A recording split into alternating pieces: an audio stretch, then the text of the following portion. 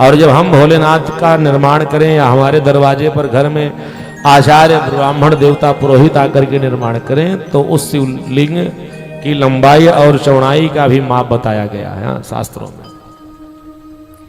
यजमान को बहुत ज्यादा बड़े शिवलिंग की स्थापना घर में नहीं करनी चाहिए। अपने अंगुल से मात्र 12 अंगुल की शिवलिंग की पूजा का विधान घर में गृहस्थों को बताया गया है। और वास्तव में जो लोग अधिक बड़े शिवलिंग की पूजा करते हैं उनकी पूजा निष्फल हो जाती है। इसलिए बहुत ज्यादा बड़े शिवलिंग की पूजा की तरफ नहीं भागना चाहिए। कभी कभी हम लोग देते ना बहुत बड़ा शिवलिंग स्थापित कर देते हैं और वहां जाकर के हम लोग मंदिर में चल जाता है, लेकिन घर में अगर हम आप सब शिवलिंग की स्थापना करें तो 12 अंगुल से बड़ा शिवलिंग नहीं होना चाहिए। शिवलिंग की 4 स्थितियां बताई गई हैं। 12 अंगुल का शिवलिंग हो अथवा हम आप सब सज्जनों 8 अंगुल के शिवलिंग का निर्माण करें अथवा 4 अंगुल के शिवलिंग का निर्माण करें या 1 अंगुष्ठ के बराबर शिवलिंग का निर्माण करके पूजन कर सकते हैं। और भोलेनाथ के पूजन का बहुत विशेष महत्व इस धरती पर बताया गया। सूत जी से ऋषियों ने कहा, महाराज शिवलिंग की पूजा होगी, 100 सामग्री लगती है, जल चंदन अक्षत पुष्प वस्त्र यज्ञोपवीत भस्म आदि फूलमाला फल मीठा नैवेद्य आदि समर्पण किया जाता है। मंदार पुष्प धतूर पुष्प बेलपत्र आदि से महादेव को लोग पूजते हैं। परंतु एक बहुत बड़ी भ्रांति है।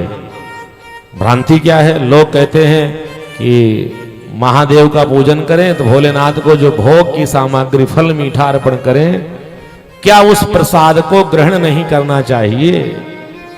ज्यादातर समाज में ऐसी भ्रांति हम लोगों के बीच में ना कि जो महादेव को हम आप सब नैवेद्य अर्पण करते हैं वो नैवेद्य ग्रहण नहीं करते। लोग कहते हैं इसको बाहर करो घर से, इसको नहीं खाना है।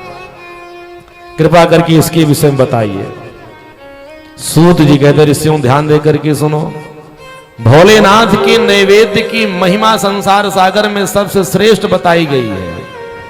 और उस नैवेद्य का अगर कोई श्रद्धा भक्ति के साथ दर्शन कर लेता है तो करोड़ों जन्म के पाप उसके भस्म हो जाते हैं। दृष्टापि शिव नैवेद्यम, दृष्टापि माने देख लीजिए, बस दर्शन कर लीजिए क्या शिव जी का भोग प्रसाद नैवेद्य। यांत पापानि दुरितः, सारे संसार के किए गए पाप कर्म क्षण मात्र में भस्म हो जाते हैं। भोलेनाथ को भोग अर्पण किया गया हो, उस भोग सामग्री का जीव अगर केवल दर्शन मात्र कर लेता हो, अमुंक्ते तो शिवन्यो नैवेद्यम पुण्यानि यान्ति कोटिशः, भुंक्ते तो शिव नैवेद्यम। अगर कोई व्यक्ति श्रद्धा भक्ति के साथ महादेव को भोग लगाए गए प्रसाद का भक्षण कर लेता है, ग्रहण कर लेता है, तो पुण्यानि यान्ति कोटिशः, करोड़ों यज्ञ करने का फल उसको प्राप्त हो जाता है। बोले भक्तवत्सल भगवान की जय। तो शिव महापुराण में तो ऐसी चर्चा नहीं कि महादेव को भोग लगाइए तो उसको ले जाके बाहर फेंक दीजिए। उस नैवेद्य को ग्रहण करना चाहिए। अगर कोई ब्रह्म का हत्यारा पापात्मा पापी मनुष्य है और एक बार शिव भगवान को अर्पित नैवेद्य ग्रहण कर लेता है तो ब्रह्म हत्या के दोष से भी उसको मुक्ति मिल जाती है। ऐसी चर्चा शिव पुराण में है। इसलिए शिव महापुराण की कथा सुन रहे हैं तो शिव जी के नैवेद्य का त्याग कदापि न करें, याद रख लेना, उसको ग्रहण करना चाहिए। और अगर उस नैवेद्य का फल और अनंत गुणा आप प्राप्त करना चाहें तो एक उपाय बताया गया शिव महापुराण में। उपाय क्या है कि शालिग्राम शिला संगात सर्वयाति पवित्रता।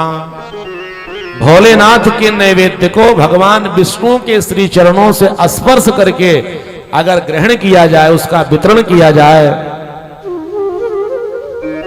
तो मनुष्य को 1000 करोड़ यज्ञ करने का, सहस्त्र कोटि यज्ञ करने का फल प्राप्त हो जाता है। यानी शिव के प्रसाद में और दिव्यता और ऊर्जा आ जाती। कब? जब उस शिव प्रसाद को, शिव भोग को भगवान विष्णु को स्पर्श करा करके ग्रहण किया जाए।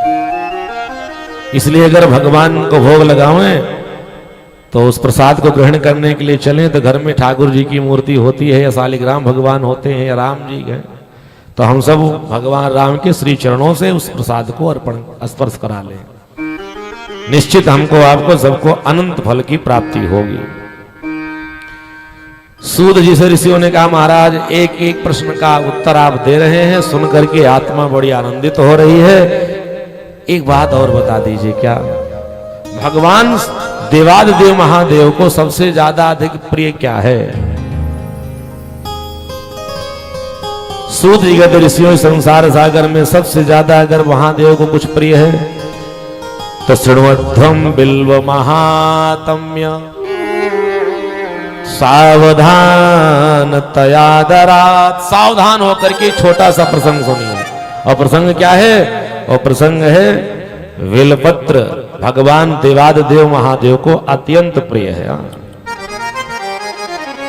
महादेव को अगर कोई व्यक्ति बेलपत्र अर्पण कर देता है, एक बेलपत्र ले जाकर के अर्पण कर दे, एक बेलपत्र 3 बेलपत्र मिलके होता है और उस बेलपत्र में कोई छिद्र ना हो, कटा फटा ना हो कहीं से, और उसमें राम राम लिख करके, अगर अष्टगंध आदि चंदन से राम राम लिख करके महादेव के शिवलिंग पर एक बेलपत्र कोई अर्पण कर देता है तो उसके 3 जन्म के सारे पाप तत्क्षण भस्म हो जाते हैं।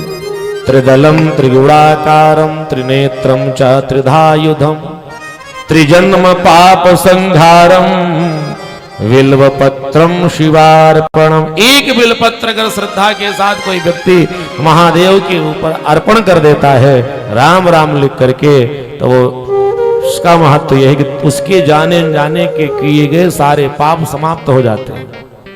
और महादेव के ऊपर अर्पण किए गए बिल्वपत्र का दर्शन अथवा बिल्व वृक्ष का अगर दर्शन हो जाता है तो दर्शनम बिल्व वृक्षस्य स्पर्शनम पापनाशनम। बिल्व वृक्ष के दर्शन से, स्पर्श से सारे पाप का विनाश हो जाता है। अघोर पाप संहारम बिल्वपत्रम शिवार्पणम। अघोर पाप भी अगर जीवन में हो गया है तो बिल्वपत्र के दर्शन से, बिल्वपत्र के स्पर्श से हमारे जीवन का घोर पाप भी समाप्त हो जाता है।